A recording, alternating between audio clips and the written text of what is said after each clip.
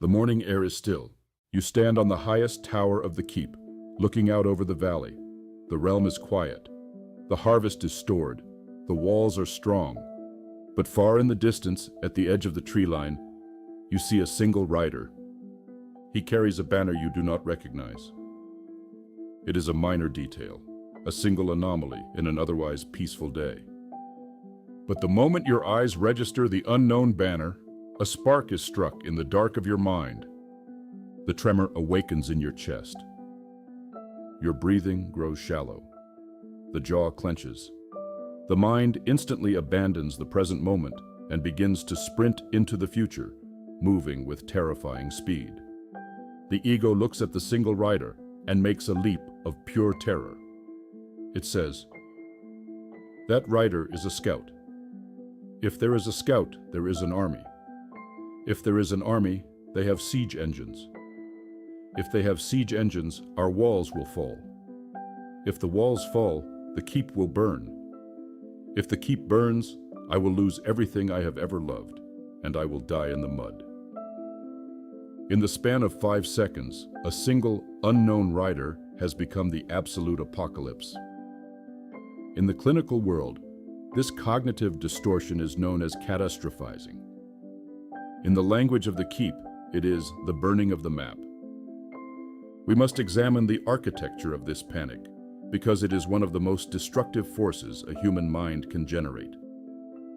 Catastrophizing is not a logical process. It is a biological hijacking. It is the primitive brain, the ancient watchman, taking a minor, uncertain threat and instantly magnifying it to the worst possible outcome. Psychologists call this the slippery slope fallacy. The mind refuses to stop at a rational conclusion. If you make a mistake in the forge, the mind does not say, "I ruined this piece of iron." It says, "I am a terrible blacksmith. I will lose my trade. I will starve in the winter." Every minor setback is a fatal wound. Every unknown variable is a death sentence. You live in a state of perpetual, exhausting emergency. But the tragedy of catastrophizing is not just the fear itself. It is the action the fear demands. When the ego is convinced that ruin is inevitable, it attempts to take control of the destruction. It believes a dangerous illusion. It believes that worrying is a form of armor. It tells you that if you vividly imagine the worst-case scenario, if you play out the destruction of the keep in your mind 100 times, you will somehow be prepared for it when it happens. It tells you that expecting disaster softens the blow.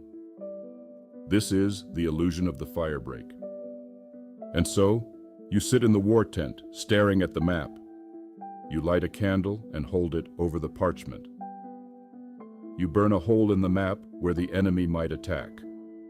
You burn another hole where your supplies might fail. You burn the entire valley, trying to anticipate every possible catastrophe. And in doing so, you set the war tent on fire. You burn down your own present peace to protect yourself from a future war that has not even begun. You spend your days frantically trying to manage disasters that do not exist anywhere except behind your own eyes. You snap at your allies because your nerves are shredded. You refuse to take risks because every risk looks like a cliff. You exhaust the resources of the keep fighting ghosts. This is the toll of the false siege. The body cannot tell the difference between a real army at the gates and an imagined army in the mind. When you catastrophize, your nervous system floods with cortisol and adrenaline. Your heart rate spikes, your digestion slows. Your muscles flood with tension. You endure the physical agony of a brutal siege every single day while standing in a perfectly peaceful courtyard. And when the sun sets and the single rider turns out to be nothing more than a lost merchant, you do not feel relief. You are too exhausted to feel relief. You have spent all your vital energy fighting a phantom. You have survived the day, but you have aged a year. To break the cycle of the burning map, you must execute a profound Stoic intervention. You must interrupt the slippery slope. In clinical psychology, this is known as cognitive restructuring and decatastrophizing. When the tremor strikes, when the mind sees the single rider and begins to construct the apocalypse, you must slam the heavy iron door on the imagination. You must forcefully drag the mind back to the present stone. You ask yourself the clinical questions of the commander. What is the evidence for this thought? Is it a fact or is it a fear? The fact is, there is one rider. The fear is, the keep will burn. You must separate the two.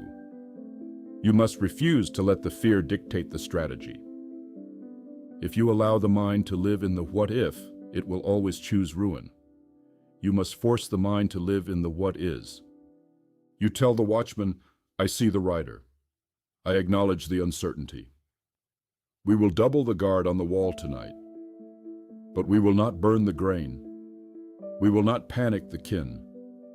We will wait for reality to declare itself. You must learn the alchemy of the present ground. Most of the catastrophes you have imagined in your life never came to pass. The bridge did not collapse. The king did not exile you. The winter did not freeze the blood. You have suffered 1,000 defeats in your mind, but you are still breathing in the physical world. You have a 100% survival rate of your actual days. You are far stronger than your anxiety wants you to believe. If a true disaster strikes, if the army actually appears on the horizon, you will face it. You will draw your steel. You will rally your forces.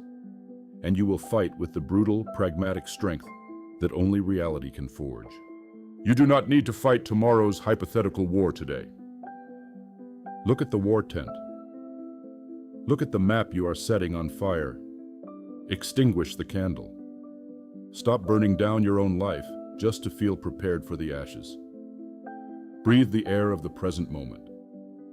The walls are strong, the gates are locked. The day is yours. Step out of the tent. The march continues.